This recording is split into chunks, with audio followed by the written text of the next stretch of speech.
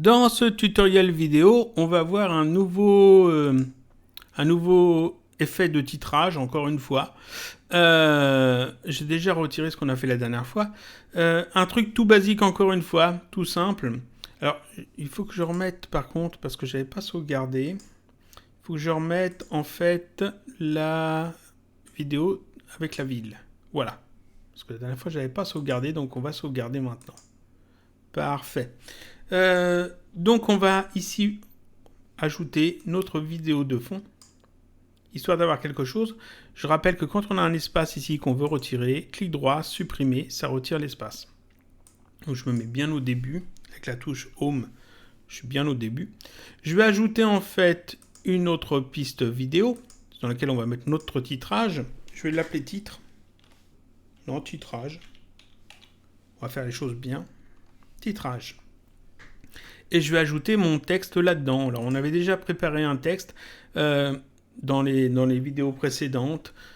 Je rappelle que pour ajouter un texte, vous allez dans Fichier, Ouvrir autre, vous choisissez le texte et vous tapez votre texte, vous faites Entrer, et ensuite, il s'affiche là, puis ensuite, vous cliquez sur le petit plus et ça vous l'ajoute dans votre chutier. Allez voir en fait la vidéo sur les titrages glitch, où je montre ça, ou alors sur la vidéo sur le texte. Donc, ce titrage, on va l'ajouter dans cette nouvelle piste titrage. Parfait. Voilà. Et donc là, j'ai un texte tout basique. Nature, c'est pas ce qu'on veut, donc on va changer le texte. Je vais dans Filtre. Le titrage est bien sélectionné. Vous voyez qu'il y a le petit liseré rouge. Dans Texte simple, ici, je vais changer ça. J'avais mis quoi la dernière fois? City People, je crois. City People. Voilà.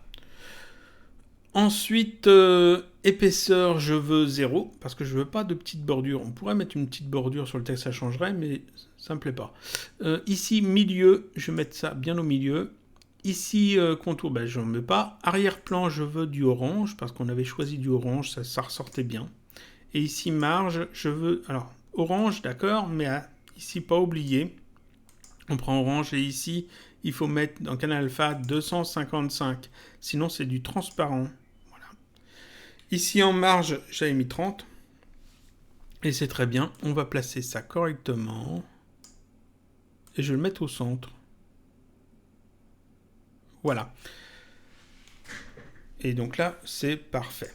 Ce que je voudrais, c'est que le texte s'affiche avec un petit effet un petit peu...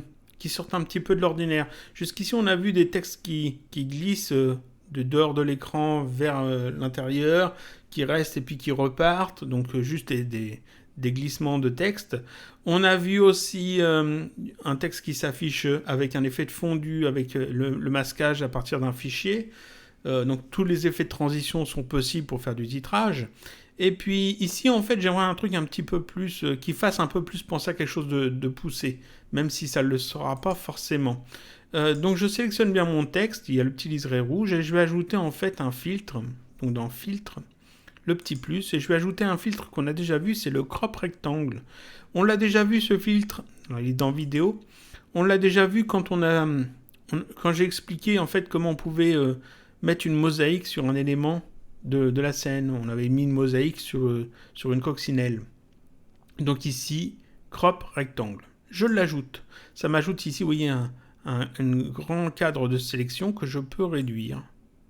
Et on va le réduire. Et vous voyez qu'en fait, tout ce qui est en dehors de ce cadre n'est pas affiché. Et c'est ça qu'on va utiliser. Alors ce que je vais faire, c'est que je vais le mettre à peu près à la taille de mon texte. À peu près. On peut se donner un peu de marge. Voilà, comme ça.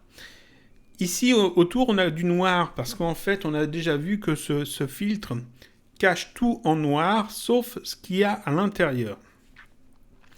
Et donc, le fond devient noir. Donc ici, il faut jouer avec le padding color des propriétés de ce filtre. On clique là-dessus. Et là, on laisse du noir, mais ici, Canal Alpha, on met 0. Comme ça, on a du transparent. Et je fais OK. Tac. Parfait. Donc là, j'ai du transparent, mais ce filtre, en fait, on peut comme ça cacher le texte. Et voilà l'effet qu'on va vouloir. Je vais le mettre là. Je veux qu'en fait, il descende comme ça et que ça affiche City, seulement City.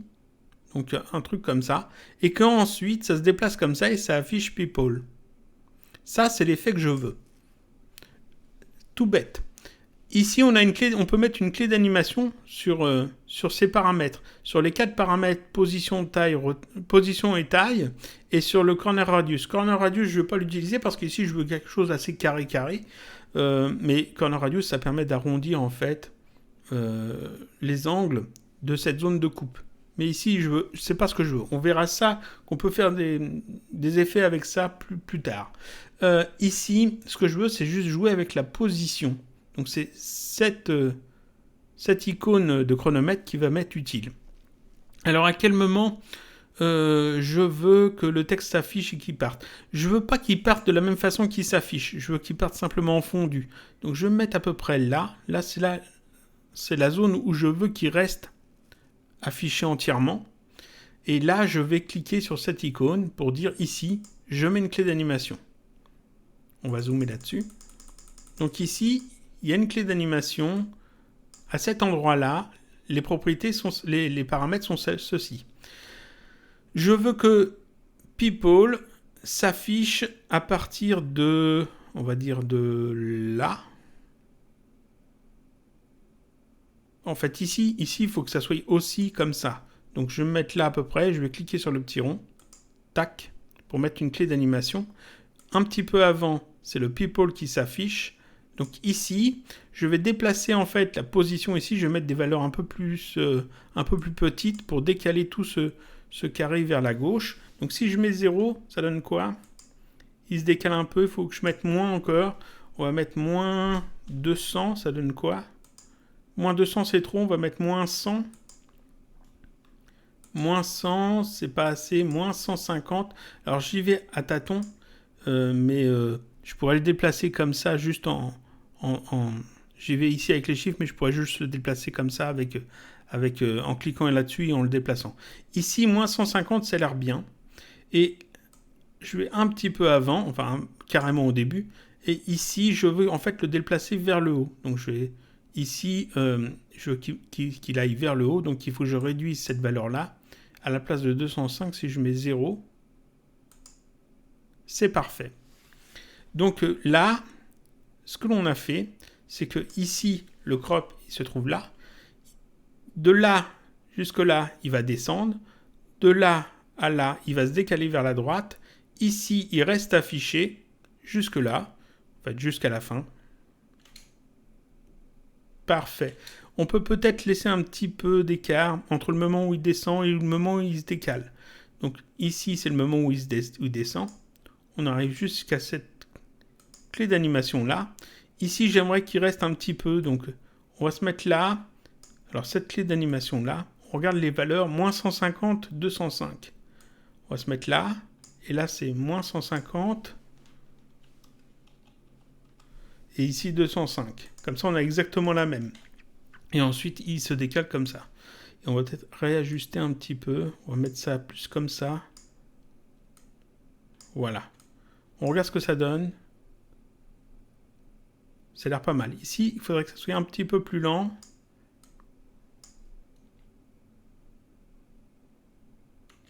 Je vérifie si c'est là. Il me semble qu'il n'est pas assez. Il n'est pas assez en hauteur. On va mettre moins 10 plutôt ici. Pour être sûr qu'il soit bien en hauteur. Voilà. Tac. Parfait. Cette dernière clé, en fait, je crois qu'elle sert à rien. Je peux la retirer. Tac. Tac. Et là, en fait, on fera un fondu. Donc, je peux retourner dans la ligne de temps. Et notre effet est fait. Donc, je veux que ça reste à peu près jusque là. Donc, on va zoomer ici. Et on va faire un fondu. Alors, je vais peut-être agrandir ça. Non. On va faire un fondu tout bêtement comme ça. Tac.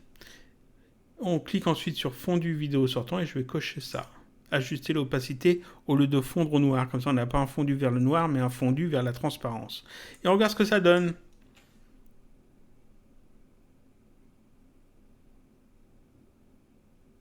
Parfait. Et là, on a fait un effet de titrage de plus, tout bêtement, en utilisant simplement un filtre tout simple qu'on a déjà vu, qui est le crop rectangle. Donc on a ajouté ce filtre. On a mis une clé d'animation, on l'a mis à la taille qu'on voulait. On l'a mis à la taille qu'on voulait. On ajoute une clé d'animation pour le déplacer un petit peu dans notre vidéo. Et on s'en sert en fait pour afficher ou cacher des éléments de la vidéo. Tout bêtement. Ici, c'est un texte. Ça aurait pu être une vidéo. J'aurais tout à fait pu mettre une vidéo réduite et puis afficher par exemple une webcam de cette façon-là. Afficher une webcam peut-être en diagonale comme ça. Ce crop rectangle, on a vu aussi qu'on pouvait ajouter d'autres effets ensuite dessus en utilisant le fondu vidéo sortant, ce qui fait que ici on a notre effet de crop rectangle et à la fin, tac, on a un fondu tout bête vers la transparence. Mais je pourrais tout à fait ajouter d'autres choses. C'est-à-dire que j'aurais pu aussi ce crop rectangle faire en sorte qu'il tourne peut-être. Bon, peut-être qu'en ajoutant un filtre rotation, je n'ai pas essayé, mais peut-être qu'en ajoutant un filtre de rotation en dessous, on pourrait faire tourner le texte et peut-être le crop rectangle resterait en place ou peut-être qu'il tournerait, il faudrait voir. Donc là, on a plusieurs effets possibles. Le fondu vidéo audio sortant, par contre, lui, je peux le retirer, vu qu'il n'y a pas de son sur ce titrage. On a juste trois filtres, le texte, le crop rectangle que l'on a animé, et le fondu vidéo sortant pour en fait faire disparaître le texte. Tout bêtement. Voilà. Donc ça, c'était un effet de titrage supplémentaire sur Shotcut.